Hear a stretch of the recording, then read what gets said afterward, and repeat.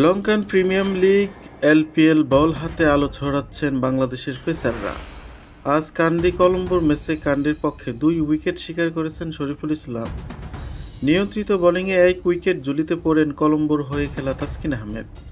এবার ডাম্বুলা সিক্সার্সের হয়ে দলের পক্ষে সেরা বোলিং করেছেন পেসার মুস্তাফিজুর রহমান। ঘরের মাঠে জাফনা কিংসের বিপক্ষে টসে জিতে ফিল্ডিংয়ের সিদ্ধান্ত নেয় ডাম্বুলা। চতুর্থ ওভারে মারকুটে ওপেনার কুসুল মেন্ডেসকে থামান মুস্তাফিজ। 18তম ওভারে জাফনার অধিনায়ক সারিথ আসালাঙ্কার উইকেটও শিকার করেন এই বাঁহাতি পেসার। 4 ওভার বল করে দলের পক্ষে সর্বোচ্চ 2 উইকেট নেন মুস্তাফিজ।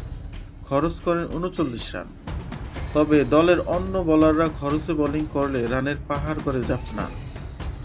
ওপেনার পাথুম নিশাঙ্কার 88 এবং মিডল অর্ডার ব্যাটসম্যান আবিষ্কা ফার্নান্দোর ঝড়ো 57 রানের ইনিংসে 20 ওভারে 5 উইকেটে তাদের রান দাঁড়ায় 218। পয়েন্ট টেবিলের তলানিতে থাকা ডাম্বুলার সামনে এখন চ্যালেঞ্জ 219 রানের। এই ম্যাচে বাংলাদেশের তাওহিদ হৃদয়কে একাদশে রাখেনি ডাম্বুলা।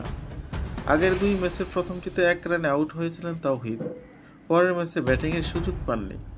গত মৌসুমে জাফনার হয়ে দুর্দান্ত খেলেছিলেন তাওহিদ। 6 ম্যাচে 135 স্ট্রাইক রেটে করেছিলেন 155 রান। তবে চলতি মৌসুমে ডাম্বুলার জার্সিতে 1 ম্যাচে ব্যাটিংয়ের সুযোগ পেয়ে নিজেকে মেলে ধরতে পারেননি এই ব্যাটসম্যান।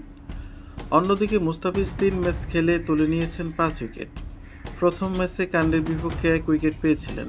তবে জাফনার সঙ্গে টানা 2 ম্যাচে জোড়া শিকার করেছেন কাটার মাস্টার খ্যাত এই পেসার।